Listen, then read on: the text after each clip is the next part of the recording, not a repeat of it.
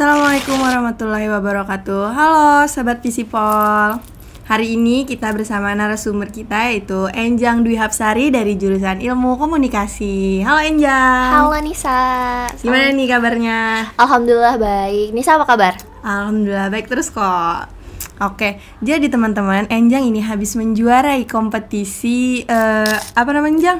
Modest Fashion Design Syar'i. Iya. Itu yang diadain di Kalteng ya? Iya, yang ngadain itu di Sbudpar. Hebat ya Enjang, padahal rada melenceng ya dari jurusannya ya. Tapi sebenarnya dulu masih linear sih, karena dulu juga ambilnya tata busana di SMK. Oh ya, jadi sudah ada jiwa-jiwanya ya. Sudah ada pengalaman juga nggak sih Enjang? Udah sih, Sebelumnya? udah. Karena dari dulu memang kalau misalnya di bagian gambar, aku udah gambar dari TK. Oh, udah lama nih pengalamannya ya. Lumayan, ya lumayan.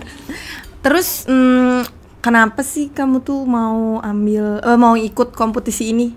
Oke, ini sebenarnya ikut kompetisi itu nggak direncanain, karena waktu itu lagi ngerjain ada kerjaan kan, terus kita juga udah mulai ngampus, waktu itu udah banyak tugas, terus aku di chat sama temanku, anak ilmu komunikasi juga, dia ngasih tahu informasi kalau misalnya ada lomba fashion design ini gitu. Awalnya itu yang ngadain OJK sih, setahu aku OJK Kalteng, terus kayak long story short, aku lihat di Instagram di Sbudpar juga ngadain, dan ternyata itu lomba yang sama, dan akhirnya aku daftar sih. Dari yang awalnya dari teman aku. Kalau nggak dikasih tahu, kayaknya aku nggak bakal tahu kalau ada lomba itu. Jadi thanks to you. Terus dalam kompetisi tersebut kamu ngambil tema apa nih? Jadi lombanya itu kan Modest Fashion Design Syar'i karena konsepnya kan memang dalam rangka Ramadan. Itu tentang wastra. Jadi wastra itu kain daerah, kain khas daerah. Kalau misalnya di Kalimantan Tengah sendiri itu ada yang namanya benang bintik. Kalau Nisa tahu, nah itu salah satu wastra gitu. Oh, kenapa kamu tuh mau ngambil ke tema itu? Kenapa? Apa hubungannya sama Ramadan? Kan harus ada tuh. Ya. Jadi sebenarnya kalau misalnya yang tema wastra itu sendiri tuh dari panitia. Kalau misalnya memang konsep desainnya tuh harus syar'i dan ada kain wastranya. Cuman kalau misalnya dari desainku kemarin itu aku kasih judul Bawiku atau perempuan mulia, perempuan cantik bahasa Dayaknya ya, if I'm not mistaken guys. Artinya itu, dan itu aku bikinnya gaun sih. Karena juga salah satu syarat buat desainnya itu dia nggak boleh nunjukin look tubuh karena kan syar'i. Ya gitu sih. Terus jadi lebih ke selain kain wastra juga mengangkat budaya-budaya Kalimantan Tengah, tapi nggak boleh makhluk hidup. Jadi kayak aku kemarin naruh talawang, aku masukin juga ke mood board. Jadi sedikit cerita ya teman-teman, kalau misalnya bikin desain itu pasti ada mood boardnya dulu. Apalagi fashion design, mood board itu kayak lebih ke hal-hal atau gambar-gambar yang kita jadikan inspirasi buat desain kita gitu. Jadi di situ ada talawang, ada motif kelakai. Itu pasti kayak orang Palangkaraya, orang Kalimantan sudah tahu banget motif-motif itu ya, yang ada di batik. Ya betul, itu motif batang garing segala macam kan. Terus aku juga masukin manipulating fabric dalam bentuk anyaman. Jadi manipulating fabric tuh kayak teknik gitu dalam busana, dalam fashion. Itu aku bikinnya dari kain gitu, didesainnya dari kain terus dianyam. Jadi itu nanti ditempel di bagian-bagian tertentu di busananya gitu. Itu juga terinspirasi dari anyaman dare. Jadi kalau Nisa tahu di Kalimantan sendiri biasanya kan ada yang kayak tas atau yang anyaman gitu, yang rotan. Nah itu biasanya kita biasanya manggil anyaman dare. Nah, tapi itu biasanya dari rotan kan, tradisional. Cuman ini diaplikasikan ke fabric, ke kain gitu. Tapi correct me if I'm wrong ya, teman-teman. Jadi seperti itu sih. Terus pasti kan Sobat Visipol nih mau kan lihat karya Enjang. Di mana sih mereka bisa lihat karya kamu nih? Yang desain yang kemarin. Iya, desain yang itu. Sebenarnya kalau desain kemarin itu lombanya kan online, jadi kayaknya cuman panitianya aja sih yang bisa lihat. Berarti nggak diekspos ya? Nggak diekspos. Gitu. Sebenarnya waktu itu kan itu daftarnya online, jadi kayak ada kayak kita biasa daftar online sih, Google link yang buat daftar itu ada yang kita harus ngeposting dulu karyanya iya karyanya lombanya itu diposting, terus nanti kita masukin ke link itu. Tapi udah aku take down. Sudah aku take down, jadi tidak bisa dilihat. Cuma Aditya yang bisa lihat. Nggak apa-apa. Nanti lain kali kita bakal lihat karya Enjang selanjutnya. Dari Enjang sendiri ada nggak sih tokoh-tokoh desain yang menginspirasi selama ini kan ya? Jadi Enjang nih mau masuk terus nih ke dunia desain. Sebenarnya kalau misalnya tokoh kayak desainer siapa gitu ya, aku nggak punya spesifik yang aku look up to kayak jadi role model. Cuman aku lebih suka kalau misalnya lihat dari desainnya itu sendiri sih, bukan dari siapa desainernya. Jadi kayak hasil karyanya itu yang aku lihat.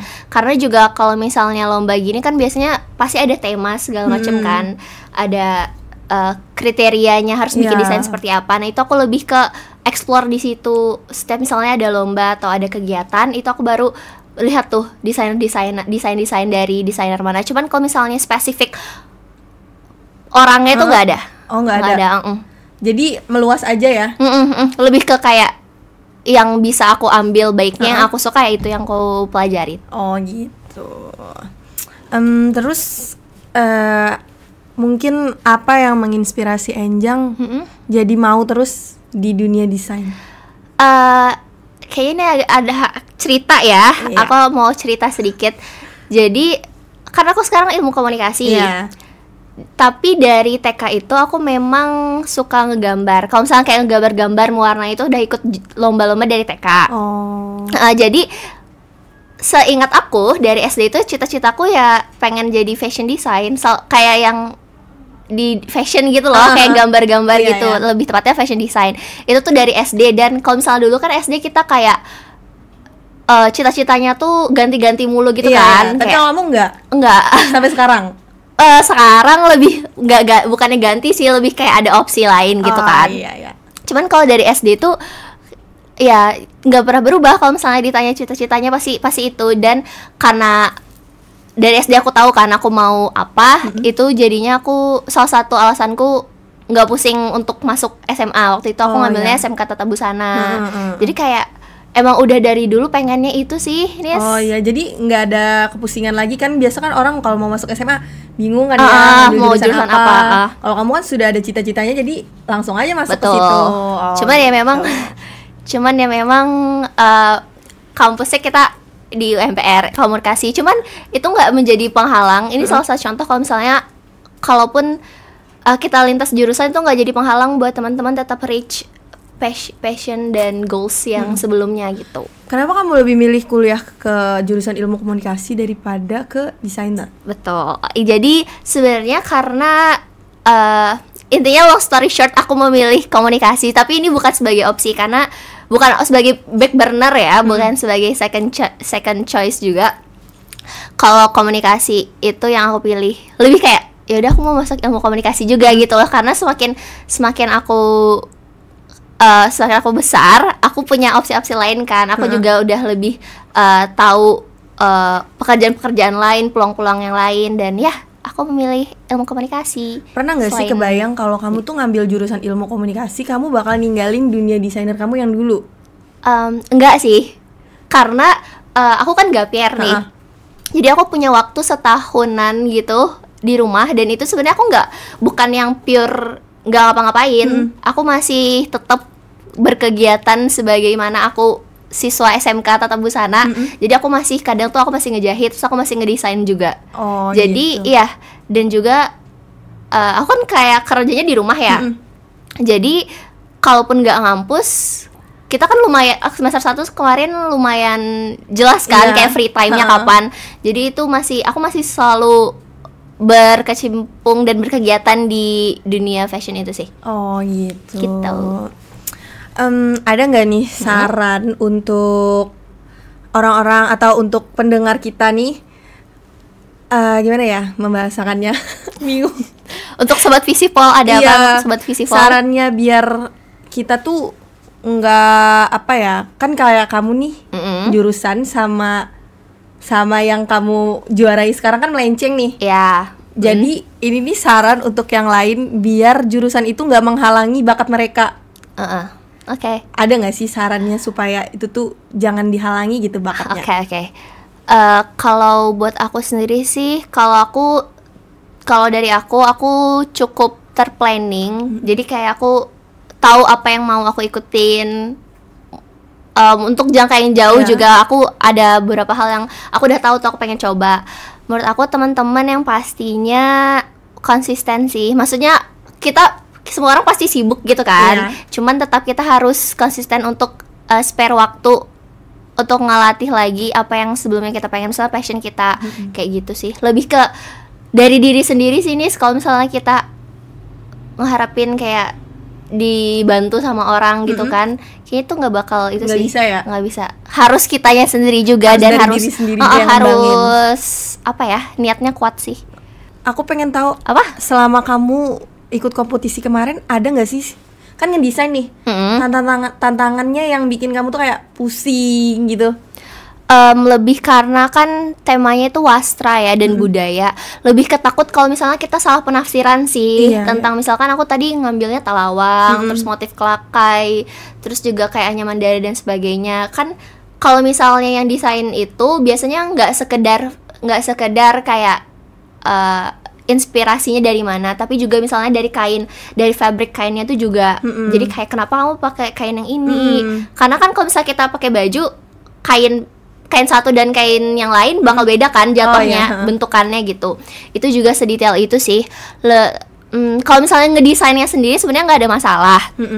Cuman kalau lomba yang kemarin dan setiap lomba desain lebih ke menyesuaikan dengan tema. Apalagi kalau misalnya budaya Kalimantan Tengah. Lebih takut kita ke salah penafsiran aja sih. Nggak boleh salah kan, takutnya nanti ya gitu. Lebih ke penafsiran dari budaya-budaya yang aku ambil dari mood boardnya itu. Ini pertama kali nggak sih kamu yang ikut kompetisi yang budaya gini atau ada sebelumnya? Jujur aku nggak ingat. Tapi kalau misalnya dari SMK, karena aku dari SMK Tabus, itu aku udah beberapa kali ikut fashion show kan, dan dari situ juga fashion show bukan sekadar kita bikin baju, tapi memang benar-benar dari desain, dari mood boardnya dari awal itu dari inspirasi. Kalau pertama kali ya tadi, pertama kali sih enggak. Berarti ada ya sebelumnya? Ada, ada. Aku pernah ada ikut kegiatan Kalteng Expo yang fashion show itu. Itu juga pasti Kalteng Expo ya, namanya pasti budaya. Jadi enggak sih. Gitu. Aman-aman. Jadi sudah ada pengalaman sebelumnya ya. Betul, nggak ada masalah sih selama lomba kemarin. Lebih kayak akunya aja yang harus nggak males untuk ngerjain desainnya itu. Kamu tuh mut-mutan juga nggak sih ngerjain gitu? Sebenarnya kalau misalnya nggak ada, kayak kan biasanya kalau lomba ada tenggat waktunya. Kalau misalnya tenggat waktunya masih lama, aku lumayan mut-mutan. Cuman kalau misalnya aku lihat sikon juga kan, kadang kan kita udah tahu tuh ada tugas-tugas juga di kuliah. Itu aku setiap hari kebetulan bikin to-do list sih. Jadi kayak hari ini aku harus ngapain gitu, dan jadi udah tahu ya kapan udah mau tahu. ngerjainnya. Walaupun sebenarnya itu nggak selalu plek-ketiplek sesuai gitu aku ngerjain itu, pasti ada yang nggak aku kerjain. Cuman kalau misalnya mut-mutan, kalau lomba kemarin nggak sih, karena ya waktunya juga nggak lama waktu itu. Oh, jangka waktunya nggak lama ya? Jadi kemarin habis kampus juga, kita kan selesai kampus kayak habis zuhur, sebelum zuhur. Zuhur kan di sini. Ya, terus itu aku sambil ngedesain. Kayak nyempet-nyempetin aja karena juga nggak banyak sebenarnya. Gitu.